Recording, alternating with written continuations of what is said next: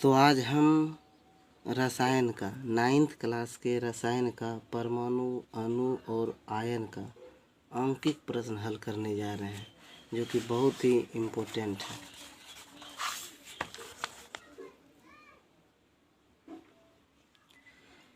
पहला प्रश्न है 5 ग्राम कैल्शियम में कितने मोल हैं? तत्व की मोलों की संख्या बराबर सूत्र होता है तत्व का ग्राम में द्रव्यमान तत्व का परमाणु द्रव्यमान। तो तत्व का ग्राम में द्रव्यमान दिया गया है, कितने हैं? 5 ग्राम। और कैल्शियम तत्व का परमाणु द्रव्यमान पता है, कितने हैं? 40 हैं। तो 5 में 40 से भाग दे देंगे तो आंसर क्या आ जाएगा? ये 5 में 40 से भाग देंगे तो 5 एका 5 और 5 अठा 40, यानी 1/8। और 1 में 8 से भाग दे देंगे तो 0.125 ये आ जाता है हमारा आंसर। इस तरह से हमारा पहला नंबर कंप्लीट हो गया। सवाल नंबर 2 कह रहा है निम्नलिखित में मोलों की संख्या ज्ञात करें। ए 128 ग्राम ऑक्सीजन में मोलों की संख्या कितनी है? बी 68 ग्राम अमोनिया में मोलों की संख्या कितनी है?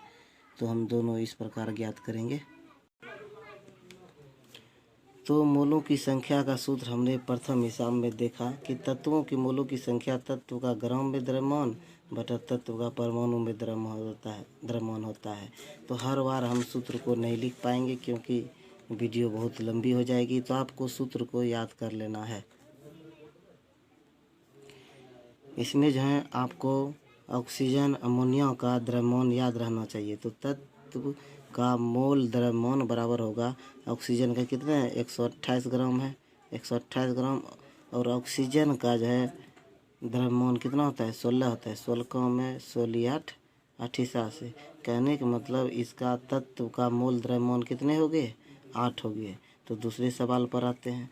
दूसरे सवाल में वही तत्व का मोल द्रव्यमान बराबर कितने हो जाएंगे? यही 68 बाई कितने हो जाएंगे? तो अमोनिया का मोल द्रव्यमान होता है 17 होता है।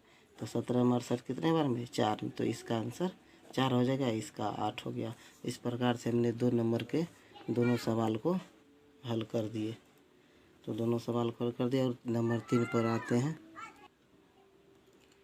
हमारा 3 नंबर सवाल कह रहा है 0.5 मोल हाइड्रोजन में अणुओं की संख्या क्या है? 0.5 मोल हाइड्रोजन में अणुओं की संख्या क्या है? तो देखिए आगे,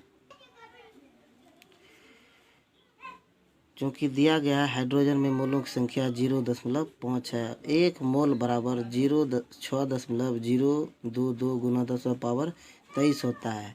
इसलिए 0.5 मोल में कह रहा है किसकी संख्या ज्ञात करने के लिए कह रहा है अणुओं की संख्या क्या है। तो क्या करेंगे हम? 0.5 गुना ये 6.022 गुना 10⁻23 कर देंगे।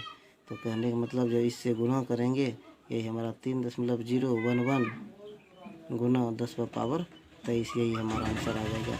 ये हमारा 3 नंबर सवाल इस प्रकार से हल हो चुका है। 3 मोल N यानी नाइट्रोजन परमाणुओं का ग्राम में द्रव्यमान क्या होगा?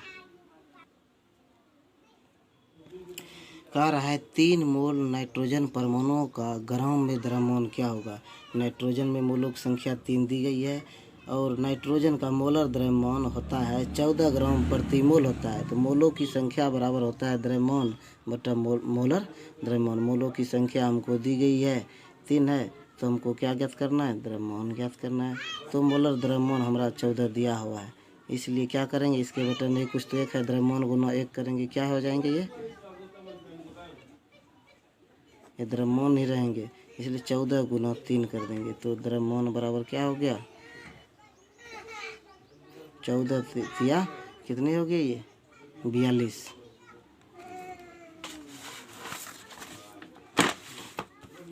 14 तिया 42 ग्राम हो गया। यही हमारा आंसर हो गया। इस प्रकार से हमारा चौथा क्वेश्चन हल हो चुका है।